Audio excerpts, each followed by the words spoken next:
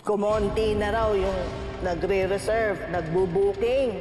Mula nung may nangyaring pagpatay doon kay Joy Santos, ha? Munti talaga. Muntik nga magsara yung resort.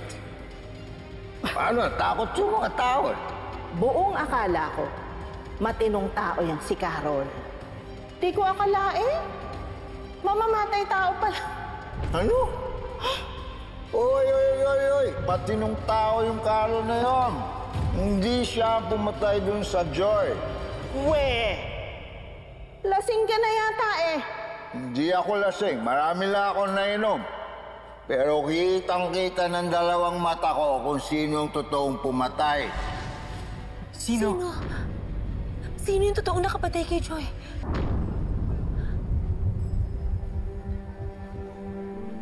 Ayaw sabihin ni Mandolfo. Ayaw raw niyang madawit sa kaso. Pero, pinilit ko siyang paaminin kung sino. Kahit nung hindi na siya lasing. Pero tikom talaga ang bibig niya. Ayaw talagang magsabi. Takot talagang ma-involve sa kaso. Pero, pinaninindigan niya sa akin na hindi ikaw ang nakapatay. Ate Marge, saan ko po siya makikita? Sa resort pa rin po ba siyang tatrabaho? Retired na. Matagal na. Pero, alam ko kung saan siya nakatira.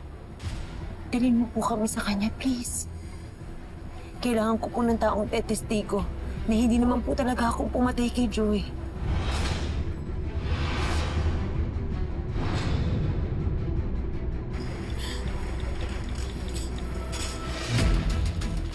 Etong address niya. Puntahan niyo na. At kailangan ko na rin magbalik sa trabaho ko.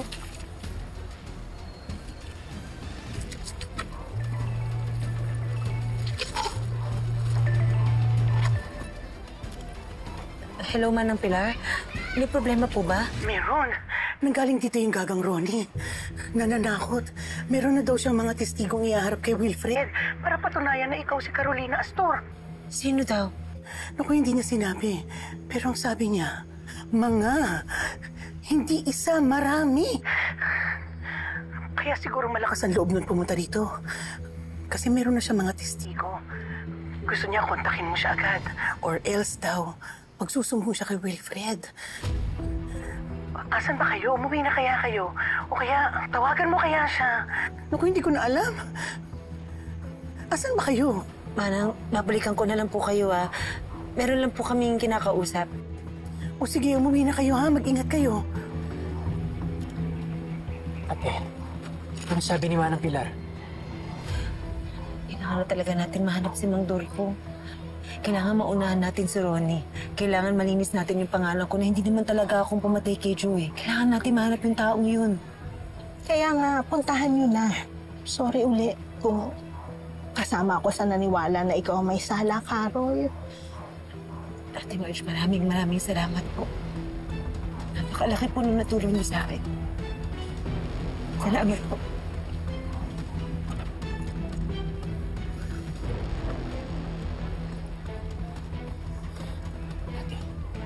Makuha lang natin yung statement ni Mang Dolfo. Absuelto ka na. Tara na.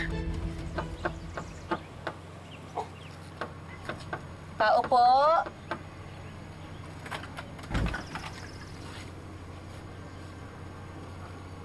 Mang Dolfo?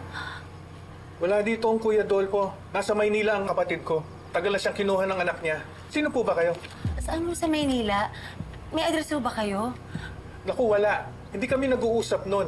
Pinagawayan kasi namin tong bahay na to eh. Kahit contact number ho, baka meron mo kayo. Sabing hindi nga kami nag-uusap noon eh. Ang kulit din ito ah. O ano, may mga tanong pa ba kayo? Wala na po, sir. Pasensya na po. Salamat po.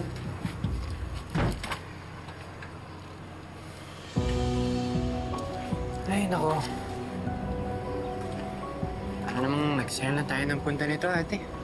Lahat ng hanapin nating tao, wala. Kaya namang nakakaloko. Tristan, kailangan natin makabalik agad ng Maynila. Kailangan maunahan natin si Ronnie sa kung ano man ang pinaplano niya.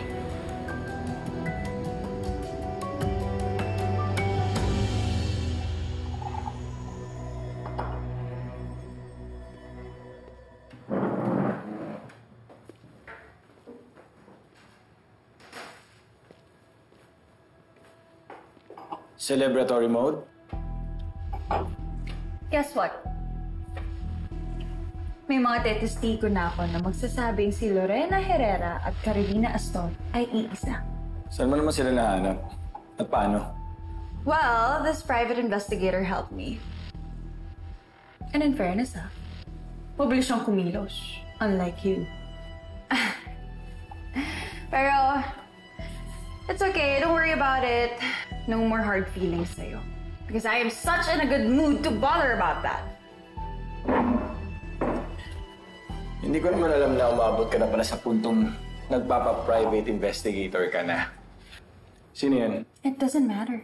Ang importante, may mga witnesses na ako na magsasabing si Lorena at si Carol ay iisa. And soon, makukulong na siya at matatapos itong kasong to. Umabot ka na ba talaga sa ganito, ha? Destroying Lorena? O baka naman may iba ka pang dahilan o motibo, kaya sobrang invested ka para madiin siya.